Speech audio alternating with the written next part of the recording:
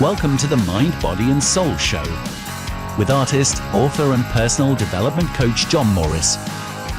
Inspiring, motivating and educating you on your journey to find balance in the craziness of day-to-day life. Learn from and listen to a man who has a wealth of life experience, from business to bodybuilding, artist to author, and has learned to deal with his own physical and mental wellness. But that's not all. Each week, John will be joined by guests from around the world and all walks of life, where they too will share their knowledge and expertise. And now, we welcome you to today's episode of the Mind, Body and Soul Show with your host, John Morris.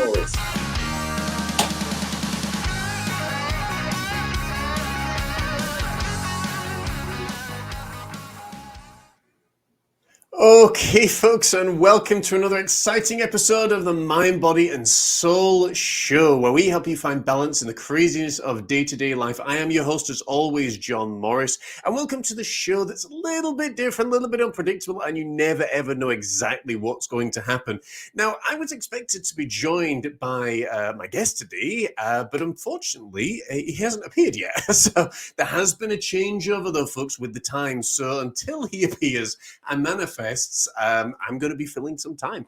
But what better way, I thought, to begin the show than with a little bit of teaching of something a little bit different. Have you ever heard the phrase, the ability to see things through another person's eyes? Well, to illustrate this, I want to share with you the story of the Rubik's Cube. Now, this is one that I have plucked out. You'll see behind me, by its absence, my best-selling book, The Battles We All Face.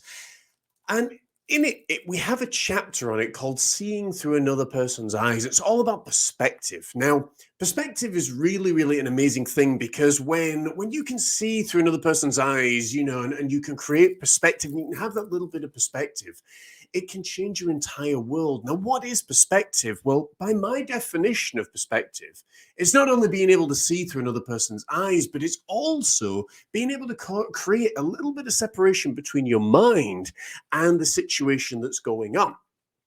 So you're not responding, you're observing a situation rather than reacting to it. And that's really the teaching that I want to just put forward a little bit here with the Rubik's Cube. Now, as you can see here, this is a Rubik's Cube. It's an unfinished Rubik's Cube more than anything else, but the illustration is exactly the same. So, what do you see on your side of the Rubik's Cube? Now, you might say, well, John, I see two whites and a blue across the top line. And I could sit here all day and I could argue and say, no, you don't see that. You see a red and two oranges, because that's what I see. And people literally would argue backwards and forwards till they are blue in the face with you about what the real perspective is. Equally, the person on this side would say, well, there's an orange, a yellow, and a white. And the person on this side would say there's a green, a white, and a red. Now, which is the true perspective? Well, it doesn't matter about the true perspective. What really matters is if you were unable to move from the spot that you're in right now, and this is all you could see, what's right in front of you, what you would actually begin to ask, I hope, is what can you see? What do the other people see? Now, why is this really, really important? Well, it's really, really important for a number of reasons. But the main one is because when you can see through another person's eyes, you can see the world in the way that they see it. And when you see the world in the way that somebody else sees it, the world becomes a more phenomenal thing than you ever thought possible. But it also gives you a more full picture of what actually is there, what's happening in the world, what's going on. Now, I'm going to try and ring Rex, okay, to see if we can to get him on. I'm hoping that everything is there and that we're all good and we're all ready. As I say, we have had some issues with, hey Rex, how you doing? I'm good. I don't know if we've had a little bit of an issue with the time delays. We're on live and we're waiting for you. Can you jump on live with me?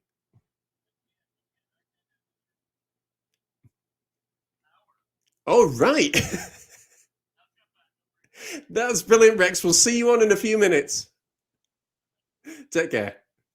See what happens, folks, when the time difference goes on, and like I say, you never know what's going to happen live on here, because the time difference for you guys in the United States, if you're watching, it has literally just changed, 2 weeks ago. For us, it's just changed and it's knocked everything out of sync. But hopefully, you got a little bit of something out of there with obviously the teaching on the Rubik's Cube, which is one of my favorite teachings. And like I say, when you can see things through another person's eyes, it really opens doors in a more amazing way than ever before. And if you guys got any questions for us during the show, please do feel free to write them in the comments section, either for myself or my guest that's going to be joining us. He's just come on. So without further ado, we're going to do an introduction for him. He is somebody who, like myself, has lived enough for multiple lifetimes. After a skydiving accident nearly claimed his life, and as a result, caused a downward spiral in his life that lasted for years before he finally said enough is enough and a time is for change. He was at rock bottom and he locked himself in his apartment for 6 weeks in an effort to get things straight, to get himself right and to build up his own life, and ultimately not only to face the own battles that he's facing, but to develop the confidence again to go out and face the world.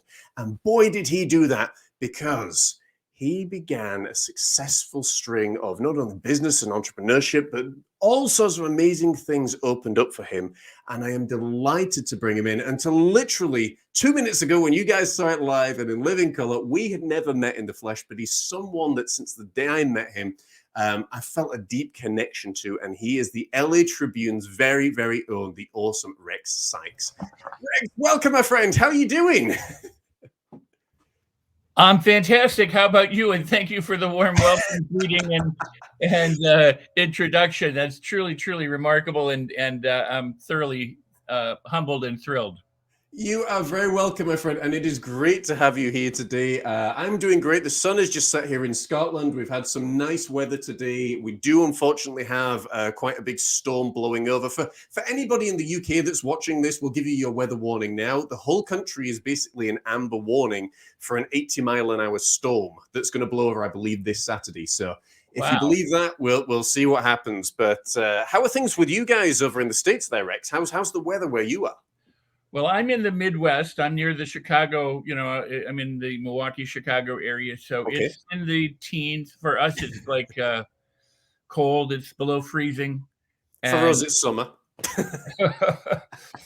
And my other home, which I haven't been to in 2 years since COVID in California, it's like they're in the 80s. It's wow. I'm in the colder spot. I always find it amazing because I have business partners in the United States as well. And when they always talk about, oh, it's glorious sunshine here. And I'm like, it's been sunny here. And they were like, what, for that one day? But we've had a glorious summer here. And oddly enough, the temperatures here are still, sometimes getting up into the teens, which for this time of year is really unusual. But enough with the weather. Rex, you've got a heck of a story looking through your bio and stuff. Let's begin right at the beginning, because the story is one that really fascinates me from a personal perspective. You went skydiving. You had all these, I suppose, adrenaline junkie kind of, feelings, and I understand that. I get that. Walk me through that day. What happened on that fateful day that really changed your entire life? It's not the skydiving so much that changed my life. It was what happened afterwards. But I will tell you a little bit about the skydiving. I was shooting a movie called Pale Horse, Pale Rider. It starred Charlene Tilton and the American actor Ray Walston, myself, and some others. And I played death on horseback. So they gave me over 6 months of just the most incredible horseback riding lessons so that I could look like I knew what I was doing. If I played death on horseback, I should look like I know what I'm doing. And the stunt rider, a woman stunt rider who they went through a couple of them, who ended up getting the job, and one day said, I want to go skydiving. Would you like to go skydiving? I said, yeah, sure. Well, I was very much in love with a girl at the time, and she wasn't going to understand me skydiving with this person, and she didn't like the fact that we were riding together every day and stuff like that. So when I went skydiving, it was very simple. In those days, it was round parachutes, and you jumped out by yourself, on a static line, so you didn't have to pull your own cord. We were about a half a mile up or something. And I was so impressed that I was going to actually hit the target. None of the people in my plane, I was the last one out, had actually ended up within the circular bullseye. And I was going to hit it. I'm looking down. Well, when you're about 200 feet, when you're about 200 feet from ground, your eyes are kind of level with the horizon, with the trees. You've got less than a second. You're going to hit the ground. So I was doing this whole thing like that, and I looked up and went, and hit. And I hit hard. I mean, I didn't even realize how. And I injured my back. And so I couldn't sleep. I had lots of problems. I really, so I went to a doctor in Beverly Hills, and I said, look, I can't sleep. I can't move. I'm trying to keep this kind of concealed from my girlfriend because she didn't want me doing the whole thing anyway. Is there something I can do? He said, yeah, here, take these. And he gave me some pills. And I said, can I take them here while I was in the office? He said, sure. So he got me a little Dixie cup and let me take the pills. Last thing I remembered for like 6 months. I mean, it was a deadly combination of pills, totally misprescribed. Everybody's like, you should sue the guy. I didn't. But unfortunately, I didn't hurt anyone, and I didn't hurt myself. I mean, I was driving. I went to pick up my sister in Hollywood that day, and she said, you're a completely different person, and you're a maniacal driver. You were like all over the road, and she was like, terrified. So it just kept getting worse, and I kept having more bizarre instances, and more. The girl broke up with me. She was like, "Oh, you're on drugs or something," and I didn't know. I mean, I was like, "I don't know what's going on. I'm angry all the time. I don't know what's happening," and so she broke up with me, which didn't help matters. I lost all of my friends. I didn't realize until after I came out of it. I ended up having this drug-induced amnesia for quite some time. But after I came out of it, I got postcards that would say, thank you for coming in on this audition. And I didn't know what they were talking about. And I'd ask my sister, she said, yeah, well, you went on auditions. And I'm like, well, they won't talk to me now. They go, yeah, they weren't real pleased with how you showed up. So, I wrecked a career, lost all of my friends, lost the girlfriend, was in miserable pain in my back. I mean, I never got the back pain solved. Right. And then had all the emotional, mental, and drug-induced pain. And it went on for, like over a year. There was a point at which my parents were traveling, said, you got to come out, you got to come and find Rex because there's something really going on with him. So people started giving me drugs. They go, here's some Quaaludes, here's some Valiums, here's some whatever to try and calm me down and get me sane. Yeah. And so now I was taking other things. And then my parents came out, locked me in this room, took everything away, and I went cold turkey. But then I tried to kill myself, jumped out of a window. Wow. And I write about this in the book. I mean, I won't go on any longer because it's just, but my point is lots of people have lived far worse than I have or gone through things far worse than me. And I've had numerous other occasions, not unlike this in some ways in my life, both before and since. But this was a defining moment for me because I came out, I felt such remorse and such guilt. I didn't know what happened. I couldn't figure it out. Nobody would really talk to me or tell me. They were just like, you lost your mind.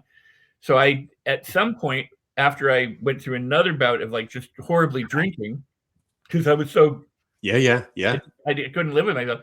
I started abusing alcohol.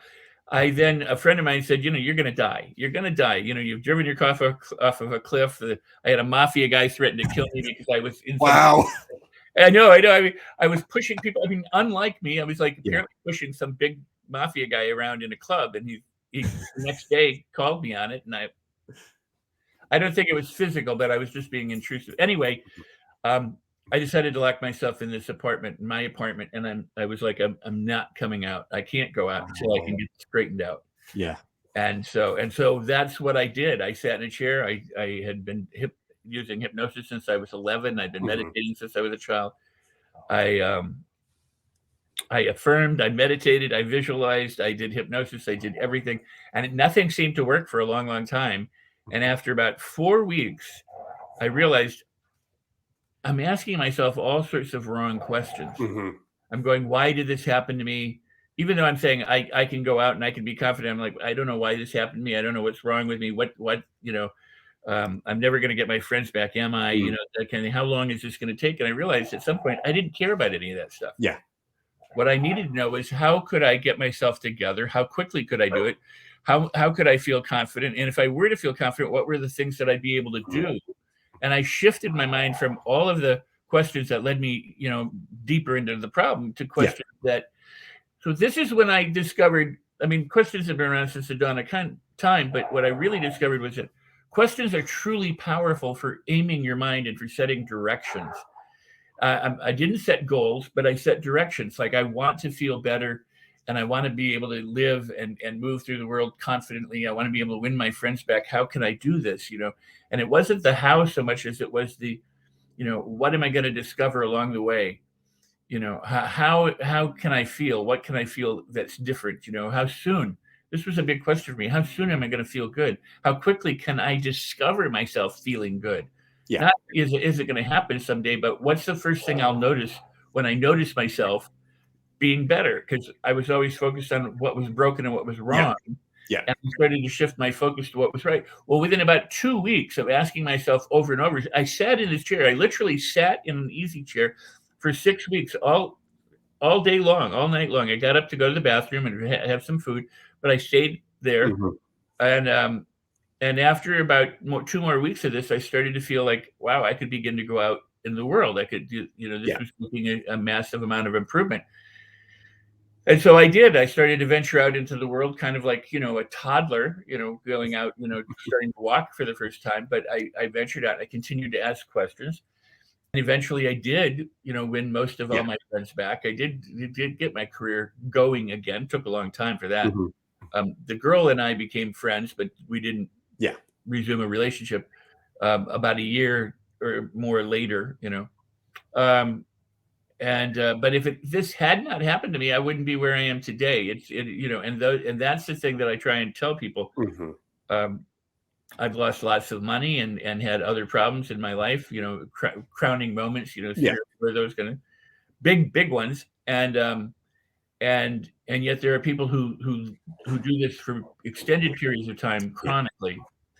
And my message essentially is, there is hope. You can do it. You need to direct your mind in a positive way. Let go of the past.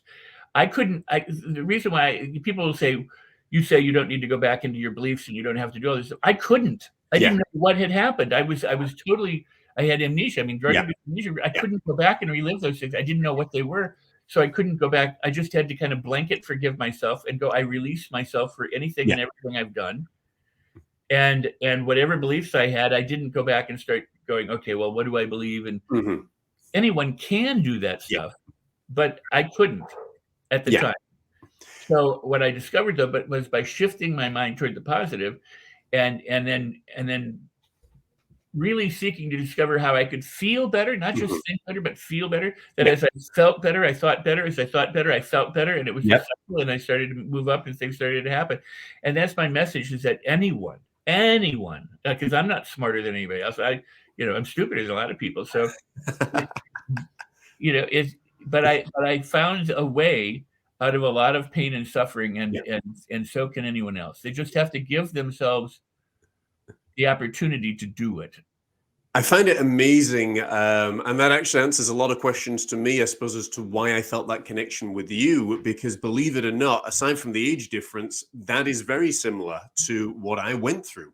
I was diagnosed with colitis when I was 15 years old and prescribed prednisone, or prednisolone as we call it over here, which is basically a steroid. Now, for most people, the most side effects that they will get is either weight gain or, a few mood swings here and there. For me, what Rex has just described, I literally went through, but I didn't go through it for 6 months. I went through this for 3 years to the point. Like Rex was saying, I lost a lot of friends over it because people were looking at me like, who is this guy? Why is he behaving like that? I had, and I worked for the church for a long time as well. I worked for it for 15 years. And I was involved with it for a very, very long time.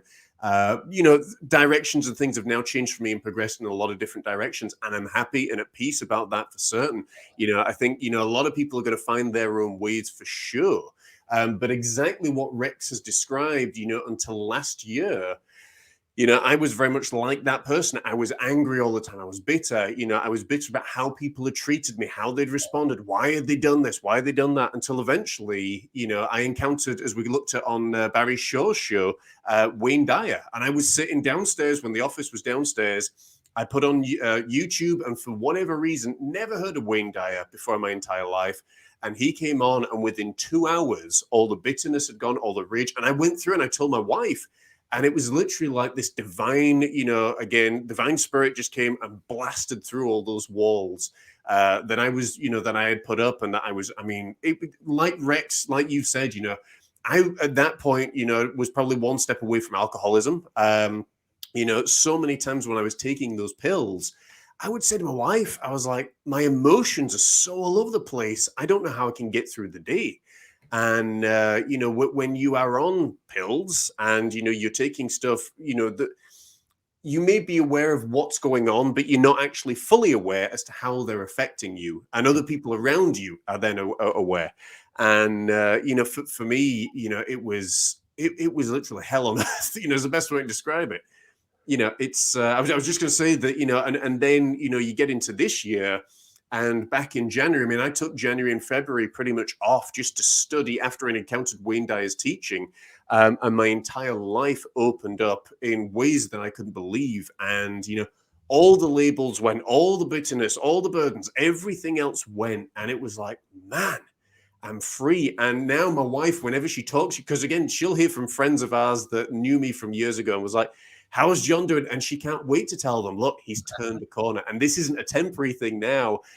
This is this amazing divine, thing going on. So I completely share that with you, Rex. And it's a complete turnaround. And like you're saying, you feed your mind, those little bits at the beginning. And then it's like, okay, I've done this now with my mental alignment and inner engineering, but what else can I do this with? And it becomes so exciting as well, for sure.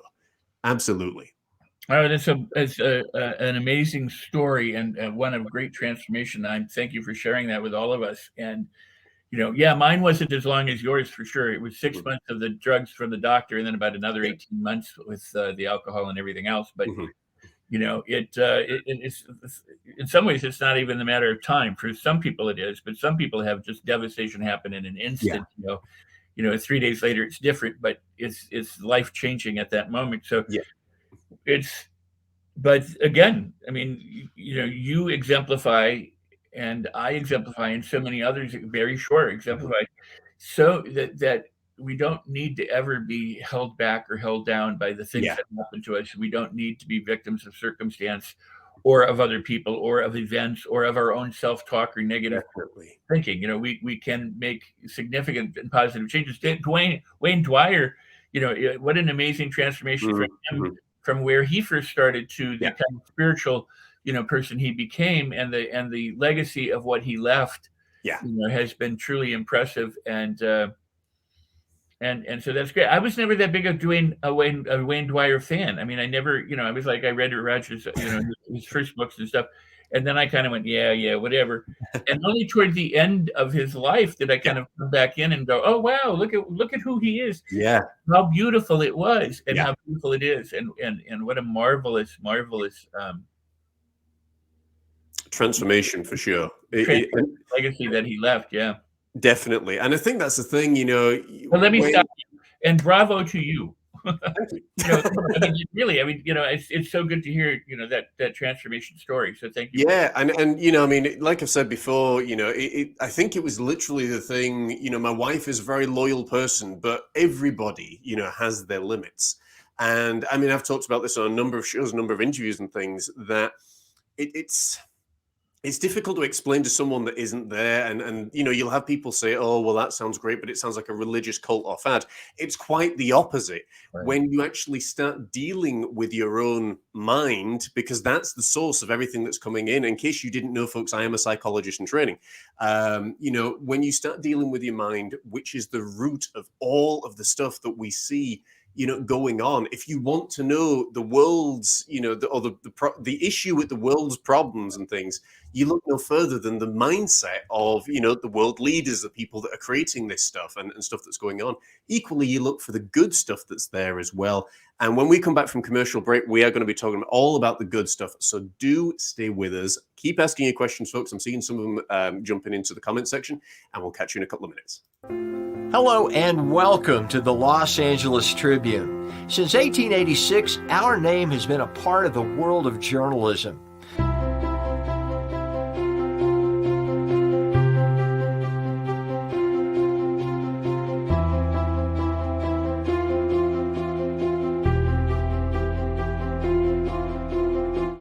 We've earned a reputation for being a publication that practices integrity, authenticity, and responsibility.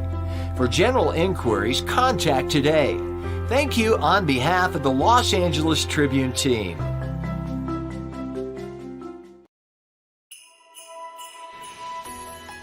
It's that time of year again! A time of lights, trees, and presents galore. It's also a time filled with stress, worry, and frantic panic in the search for that special gift.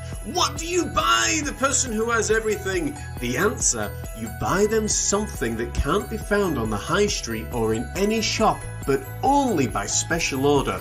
You buy them something made with love.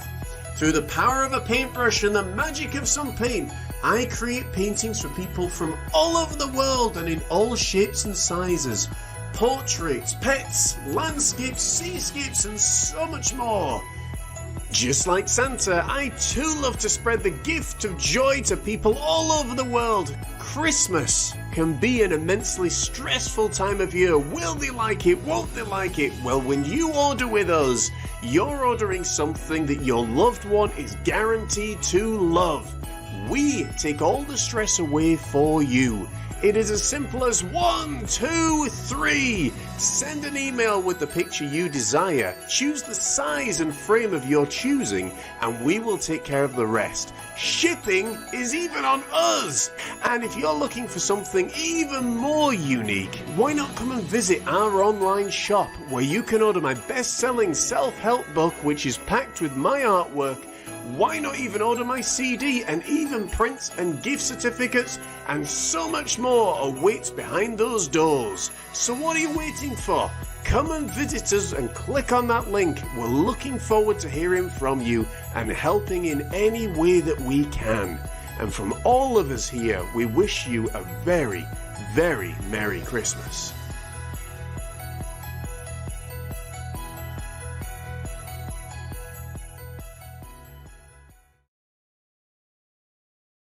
Okay, folks, and we are back. And just before we continue our conversation with Rex, if you are interested in sponsoring the show, keeping us on the air and keeping the message alive, then do get in touch with us either at thejohnmorris.co.uk or on social media. You can find me on the majority of places. The LA Tribune and the show that we're doing here goes into over 50 million homes on the Roku TV network. What a fantastic way and a fantastic place to get your message and your business out there. Do get in touch with us and let's see what we can do today. Now, without further ado, let's bring back in the awesome Rex Sikes. Oh. Rex, welcome back, my friend. How are you doing? I'm good. What a wonderful example of your artwork and the different things that you do. I mean, you're so talented in so many different ways. That's truly wonderful.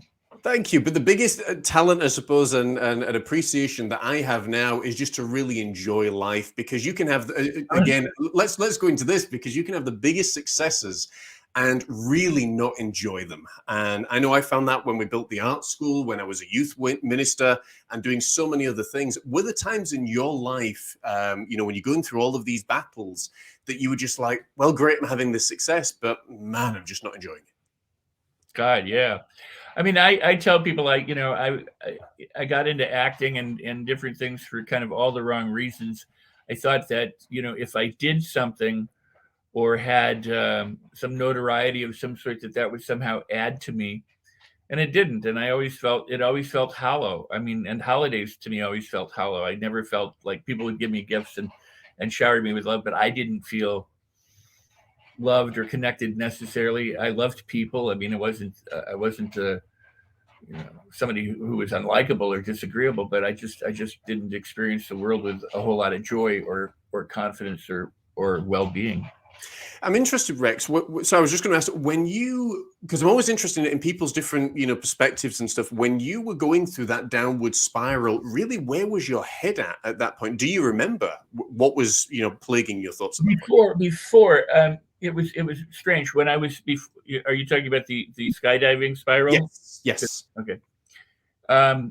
Before the skydiving, before I got the drugs, from the doctor, and I was just trying to manage the pain, I was just feeling very, very angry. I was hurting constantly, and I was trying to hide it, and I didn't want anybody to know about it, and I definitely didn't want the girl to know. Because I don't even know why at this point. I mean, it doesn't make sense. I should have just said, "Hey, look, I went skydiving and got injured," and probably everything would have been better. But at the time, I thought it was the right thing to do. Yeah. And so I just felt angry. I remember sitting with her one time, just saying, "I feel angry. I don't know what I'm angry at."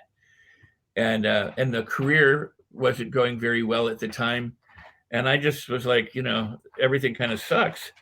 And I went, I got to go get something so I can manage this. And that's when kind of the shit hit the fan, so to speak. Again, to me today, it's a very different kind of way that I go through things. I go, everything is a blessing. So I try and find the blessing in it. I believe, oddly, we share this. I was a youth minister as well and helped found a church that grew into the thousands in California. We created a Christian theater at the time. I left the church when I was 19 or 20, 21, because I had some theological differences with how they were treating some of the members. And then I went into all sorts of other religions, agnosticism first, and then into all sorts of other religions. But from the time I was 6 years old, I wanted to be a mystic. And I think that was part of that was to kind of find a resolve for the kind of loneliness or the insecurity that I felt. Yeah. And I got involved with hypnosis when I was 11 and used that to try and make myself better. So I was always able to kind of manage stuff. And then it was kind of like, you shake up a bottle that's corked and after a while it would explode. Yeah. And something would happen or that would be events or circumstances or. So what I've since learned is that I'm completely responsible for all of it, and that I don't have to go through and uncover it or any of that. I can heal, and anything that's good or bad that happens, I'm responsible. And people say, because I would say I own Los Angeles, and people would go, "What are you, some kind of egotist? You obviously don't own LA." I go, "No, you don't understand. It's a mindset thing. Yeah, you own this planet. I'm an owner of the planet. This is a planet. I share it with other co-owners." But because I finally have decided that I'm the owner of the planet, I need to take care of the planet. I'm the owner of this body. I need to start taking care of this body or this vehicle. I need to start taking care of it. Where before, I was just somebody trapped in something and going through circumstances that were kind of determining how I felt about life instead of me choosing to how I felt about what was going on. And I did. I decided I will not let circumstances dictate how I feel. And I remember I was sitting at lunch with someone not that many years ago, and I said, kind of like now the Game of Thrones mentality. I talk about gladiator mentality. Bring me your fiercest swords person. Yeah. So I said, I literally kind of challenged the universe and God. I said, "You think you're tough? I go, I'll show you how tough I am. You go ahead and bring it. You go ahead and bring it. I'll take anything you can throw out, and I will triumph." That was my attitude. And this woman looked at me very patiently and calm and said, "Wow, why would you ever do that?" And I was like, "Because I could." And she goes, "Why wouldn't you say, send me all the goodies?" Yeah. And I was like, wow, true. I mean, how so it is one of those things of, I do believe in having a victor mentality or a mindset, that allows you to move through life. But that said, it's not about struggle and it's not about effort. It's really about play and delight and allowing and accepting. I have the 5 things that I say you need to do with anything. You welcome it, you invite it, you welcome it, you allow it, you receive it, and then you accept it. And it's kind of like if you think, I invite you into my home, I welcome you to my home, I allow you to partake with us, and I allow myself to partake with you. I receive you know, whatever who you are, and then I accept whoever you are. So if that's, the universe to me, this is how I look at things. Whatever's coming my way, I just kind of go, okay, cool. And Tim Gallwey, who wrote Inner Game of Tennis, I just heard this the other day. I mean, I read this book, eons ago when it first came out. I just heard it the other day within the last, a few months, really. And I repeat it because he said, in terms of athletic ability and everything, focus isn't concentration. It's not trying harder. It's allowing what is to be present. So, you rehearse mentally, you develop your skills, you habitually train your muscles to have muscle memory, and then you allow it. You focus, you let go. It's not I'm trying to do it now. It's just focus and release. And so many people think they have to concentrate harder, they have to work harder, they have to try harder, they have to feel different. And I'm like, easier way into it. Yeah. And that's, what I found was the less that you actually chase after something, the more of it comes to you. And again, to the, the flip side world, shall we say, they'll probably listen to this and be like, that's just nonsense and whatnot. And that's fine, but I've told people this before, life is not what happens to you. It's how you choose to respond to it. And, when you're going through these things, if you're responding to them with anger and bitterness, guess what? That's what you're going to bring back into your life. So since I went through all of this change and these amazing things happening, I imagine myself standing in the north of Scotland in a freezing cold lake, and everything's flowing down towards me. And I now choose what I pick up. I choose the opportunities I go after, and equally the ones I don't want in my life, I just let flow on by. I don't argue at them. I don't get annoyed or angry. I just let them go. And, when you can do that, to me, that's a big progression, not only spiritually, but I think as a person in general, where you generally and genuinely just don't get worried about it anymore. Someone doesn't agree with me, fine. It's not going to change my life, right, but it may change theirs. That's the amazing thing. What was the difference for you, when you come out of that really, poisonous mindset and you go into, this new life, shall we say? Because I don't even identify with the person that I was before. I'm like, it was that guy. What was it like for you, and what was the changes that you experienced as a result of taking care of your inner engineering? Well, I would only liken it back to that toddler. You stumble and you fall while you're learning to walk, but you get up and you keep doing it. And if you look at children, they learn more through play and through fun. And, they can be whining and crying and screaming one moment, and, you hold up something that they want, like a cookie, and they're suddenly cookie, they learn how to change themselves instantly. There's not that baggage. They have to, in order to have the emotional baggage, they have to be trained into it. They have to make it a habit to hold on to less than glorious moments and then remember those and go, when 5 years ago this thing happened to me and I've been living with the consequences ever since. That's learned. That's not how we're born. And so for me, it was learning to overcome that tendency and explore the world as a child, to and the beautiful quote of unless you become like a little child, you don't enter the kingdom of heaven. In terms of mindset, that's so true, because if we don't approach things with kind of an innocence and an optimism and a positivity and the playfulness and the fascination and curiousness, inquisitiveness of a child, we get jaded and we get somber and we get stuck in our ways, and we're really truly creatures of habit. So I try and tell people you can change your habits. And, you said something about, other people, kind of dismissing it. There are people who think, positive thinking is, you can be toxically positive, but you can give false hope to somebody. And you can't give false hope to somebody. You either give them hope or there's no hope. There's no false hope. What's false hope? It doesn't even make sense. I get the concept. You don't want to get their hopes up because they might be dashed. Well, if you follow the placebo effect, if you follow the studies in optimism and expectation and the Pygmalion effect and all these things, you're more likely to succeed. Attitude's the number one predictor in health and wellness and in healing and in all areas of your life. If you decide that you can do it, you will do it. The attitude toward the treatment determines more about the outcome than the treatment itself. So to say don't give hope to somebody and let them wallow because that's better for them, I would beg to say that there's literally now about 40,000 studies that prove to the or Hmm. that demonstrate to the contrary that your attitude is everything, and how Yes. you go through life and what you tolerate is Hmm. what you accept. Yes. You know, Uh, and what you decide, what this may be tough, but I'm going to think about it differently. Because if the mo- mhm, I just recently invited people. I said, become aware of what you say to yourselves. mhm. If you say, I have a challenge, guess what it is? It's a challenge. You say, I have a problem, it is, because your words, we respond to words. We're kind of anchored to words. We understand what they mean. Somebody says, I'm going through a tough time. Yeah, you are.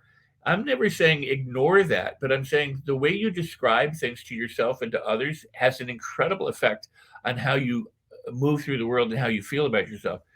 If you consider, and this is what I say, if you consider everything a blessing, then everything becomes a blessing. It doesn't mean that you trip and break your leg. You go, God, thank you for breaking my leg. It's where's the silver lining in that? Yes. The people Yeah.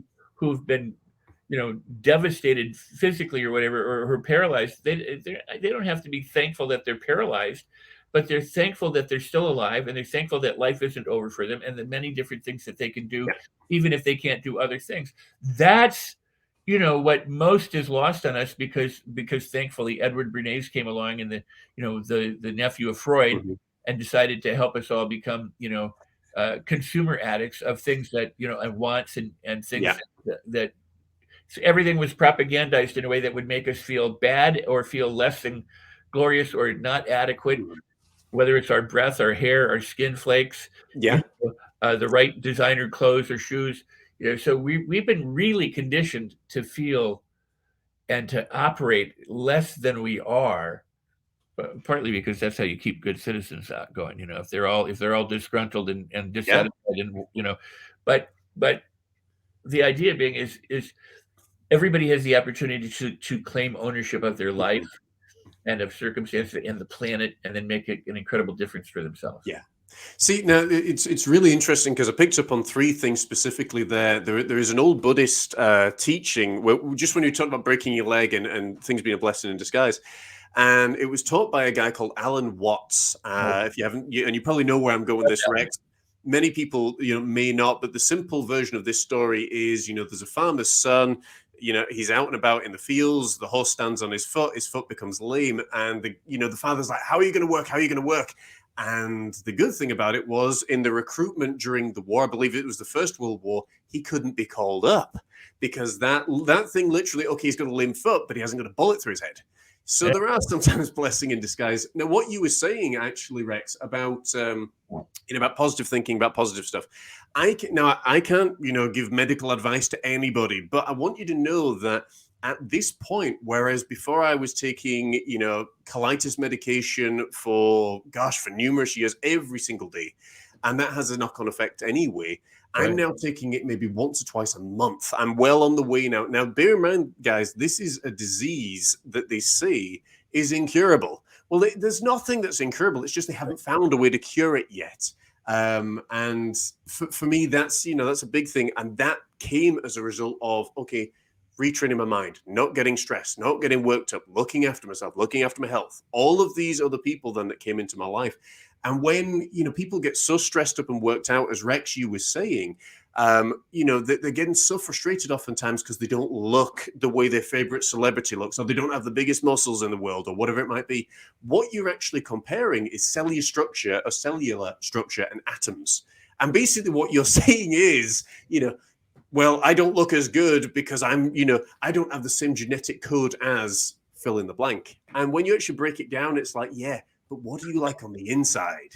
And that's when it becomes the amazing thing. And to Rex's credit, what he was saying about how we talk about about ourselves is really, really important. It's the phrase of "I am" statements. You've got to be very careful when you're using those phrases because it evokes the power of the divine spirit.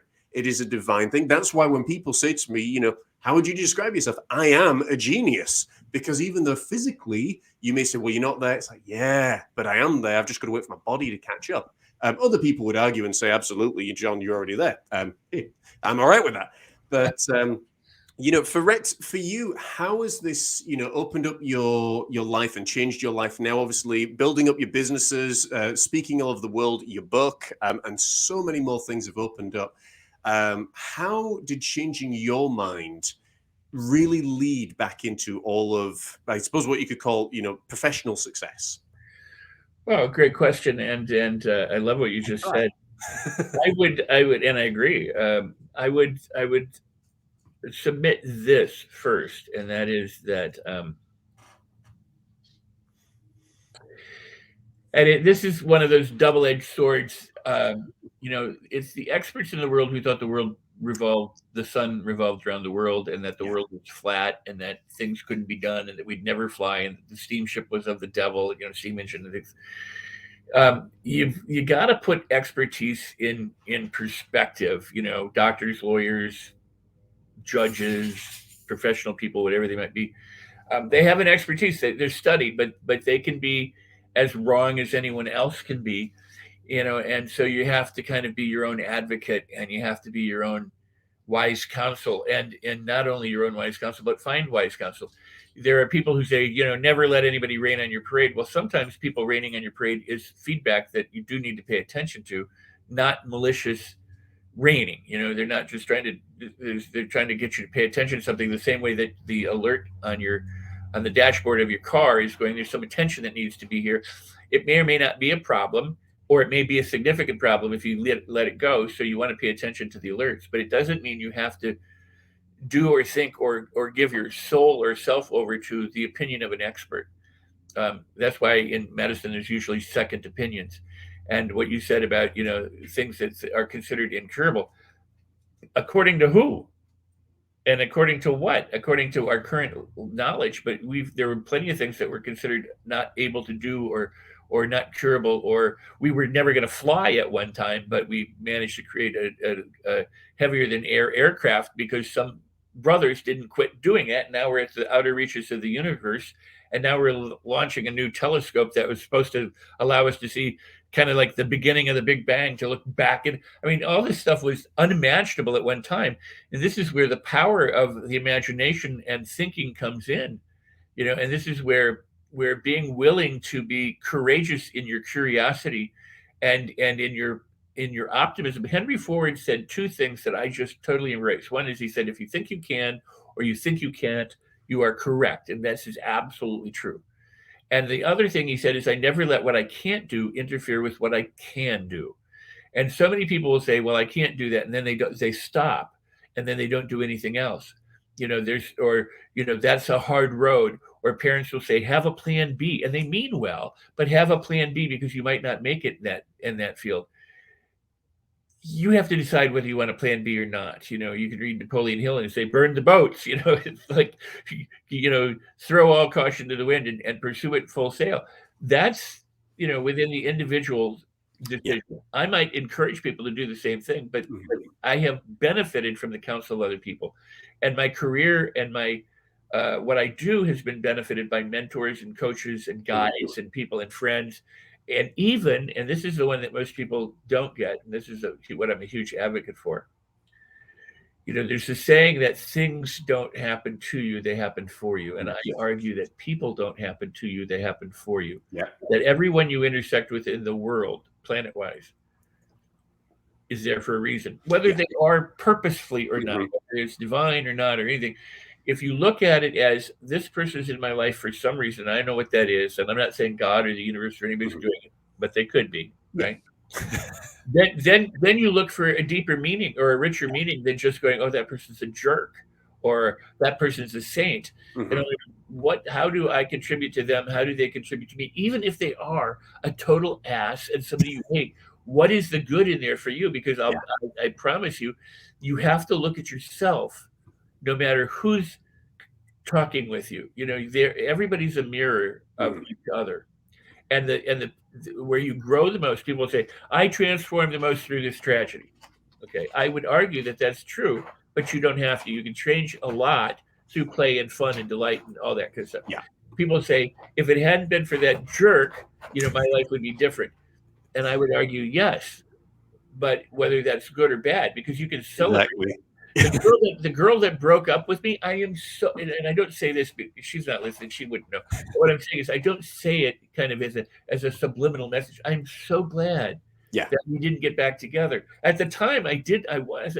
Today, now, Yeah. God bless her. She served a purpose in my life, and hopefully, I served a purpose in her life. That she's discovered. But I've gone on to have of children that I would never have had otherwise. Yes, I would have had other children, but I'm so appreciative of the ones that I have, and I'm so appreciative of life that I lived that may not have been the case had we gone down this other Definitely. path. So, the saying that you can connect the dots looking backwards, but you can't connect them looking forwards, is pretty true. So any tragedy in my life, I celebrate. What I hope to endeavor to do is to celebrate it with as much vigor and appreciation as I do all the good moments. Because they're categorically the same. We just don't think so. We make that judgment. And so it's all good. If you consider everything a blessing, everything's a blessing. So my tagline in my blog and everywhere is celebrate everything. But I also say, I have a favorite quote of my own that is, if you throw a boomerang out, a boomerang comes back. A teacup doesn't come back. Something else doesn't come back. So how you move through the world, how you think, how you feel, how you behave, how you treat other people, how you approach circumstances, and whether you let them dictate you, all of what you're putting out in terms of energy and spirit comes back to you in some way. Whether it's karmic, the way people tend to think about it or not, I don't care. It just comes back. I try not to make a lot of rules about things. I try not to. The younger I get in my aging process, the more I understand that it is really about living life as a celebration, because this is the life we're aware of, whether we have thousands or whether we have one. This is the life we're aware of. We're here for a certain amount of time, and it should be wonderful. In my opinion, I was in the home of a very, very successful person in the entertainment business who confessed to me in his living room one night, said, I never thought I'd have all this stuff, and I have all this stuff, and at the end of the day, I'm still me, and me is broken. And all this stuff is meaningless. See, I'm billions of dollars, big mansion, Rolls Royce, blah, blah, and it's not happy with any of it. And that's why I was in his living room, apparently. But the point is if you can't appreciate the life you have now, when are you going to do it? You're going to wait till the end of it to do it? So even in the midst of tragedy, look for the silver lining. We just had something horrific happen here, just like we had 9/11 happen here, and people around the world have their events happen. And I will say this. Some person drove through a crowd, and we don't know all of the answers yet, and 5 people are dead, 48 are injured or more deaths could occur. Very bad act, very bad thing. People are saying evil, they're all, talking about how this person, we don't know why he did it. Don't know if there's a screw loose or a vendetta, or if it was an accident or a pursuit, or, this is too early, right? One person did a bad thing. A lot of people were affected. But more people ran to the aid of the people who were down in the streets and injured than the one person who caused the injury. There are more good people in the world willing to help and come to aid and assist. There were people transporting people to the hospitals, and besides the ambulances and the firefighters and the first responders, all these people, there are far more good people in the world. And 9/11, same thing. A number of people lost their lives, 19 people plus whoever planned it brought it down. But the thousands, the hundreds of people who came together to unite, to try and uplift and to build, this is something we have got to promote again. In the olden days, there used to be what was called barn racing, where people would come together in a community and help somebody put up their barn because, they were part of the community, or people would come and bring baked goods to the neighbors and say, hi, welcome to the neighborhood. We've become a little bit too scattered and a little bit too nuanced and niched and fractionated, and social media has done a lot to drive us that way, where now we don't have to watch anybody else's news. We can only watch our own. We don't have to be exposed to anybody else's thoughts, or we can only, and then if we are, you see lots of fights break out. All of that said, for whatever we think are the major problems in the world and the major problem perpetrators, there are far more good people, far more opportunities, just like there are far more better weather days than there are bad weather days. So we really do live in a wonderful place. And if we don't recognize it before we pass, then why were we here? Were we here to suffer and then die? Like pay taxes and die kind of thing? Or are we here to enjoy life and to contribute and to evolve and if it is spiritual, and to pass on into a new way of being? So I go, you only have this time. Make the most of it. And I discovered that fortunately when I was, shortly after 25, when I went, this is my playground. I have one life. I've been screwing it up until this point, but now I'm an owner of this place and I need to take care of it. And I'm an owner of this person. I need to take care of it. So it was a monumental mindset that's affected, all aspects of my life. And there are some that are better than others. Some days, business is better than another thing, or some business is better than another. It's not to worry. That's what the world's about. It's like the roller coaster ride. Or it's like an adventure. If you decide I'm going to go on an Amazonian adventure, you take all the good with the bad, because that's what an adventure is. Definitely. But I'm going to go sailing and it was just flat water with no wind. You'd go, well, that wasn't much fun. You got to have the waves, You got to have the rapids and things that are going on. And that's what whitewater rafting is all about. That's it. And I remember, a fella saying, diving. So yes, what I was going to say was, with the whole concept of ideas, we were talking about this a couple of weeks ago with one of my guests, and it's not difficult in some ways to live a creative life and make a success of it in a business world. All you need to do is figure out how to do it. And it's a lot simpler than a lot of people think. But I always, the reason this really always sticks in my mind and sparks in my mind is because there was a quote that I heard many years ago that had simply said, ideas came to you, for life. And, when you're in your deathbed, for example, and they're surrounding you and all they're looking at is saying, we came to you for life, but because you were too scared, we're going to die with you. That's why with my artwork, that's why with my books, that's why with my music, and that's why with everything else, including this show, I was just like, okay, I want to do this. I enjoy working from home. I enjoy meeting the people around the world. I've worked for other businesses. I've worked in offices. I didn't enjoy it. I worked in churches. Didn't enjoy it for the last 3 years. The crazy thing about it is when we're not enjoying life, that simply means, and you can write this one down, folks, that life isn't happening the way that we think it should. That's why we get upset. Is because we have determined that this is bad because life isn't happening the way we think it should. Equally, then we think something is good because life is working the way that we think it should.